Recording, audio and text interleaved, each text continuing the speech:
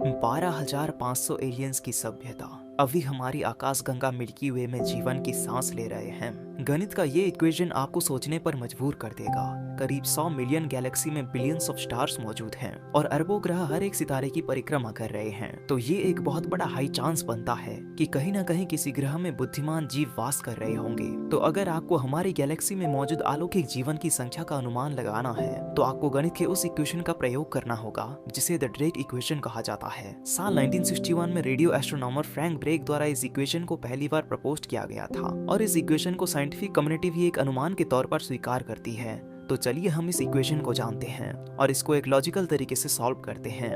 तो ये रहा वो इक्वेशन। यहाँ पर n गैलेक्सी में मौजूद सभ्यताओं की संख्या है जिनके साथ इंसान कम्युनिकेट कर सकते हैं। तो n is equals to Rx। यहाँ पर Rx एक साल में हमारी आकाशगंगा में बनने वाले तारों को रिप्रेजेंट करता है और इसको हम 10 लेंगे क्योंकि एस्ट्रोनॉमर्स को ये पता है कि हमारी आकाशगंगा में हर साल करीब 10 सितारे बनते हैं। तो अब आता है Ft, वो सितारे जहाँ ग्रह मौजूद हैं। इसको हम 100% लेंगे क्योंकि लगभग हर एक सितारे में ग्रह मौजूद होते हैं।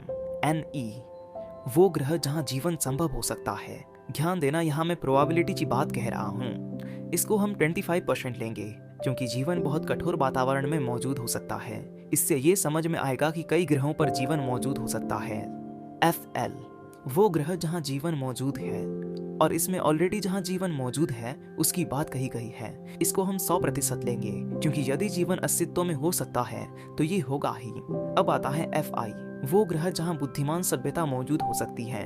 इसको हम 1% लेंगे क्योंकि हर एक जीवन बुद्धिमान नहीं बन सकता।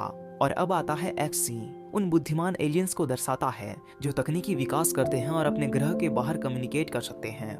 ये आएगा 50% क्योंकि अगर वो बुद्धिमान निकले तो वो ऐसी तकनीकी विकास कर सकते हैं जिससे वो बाहर कम्युनिकेट कर सकते हैं। और आखिर में है L, वो समय सीमा है जिसमें एलियन सभ्यता कम्युनिकेट कर सकती है। तो ये आएगा दोस्तों 10 लाख साल। एक बुद्धिमान जीवन बहुत लंबे समय तक अस्तित्व में रह सकता है।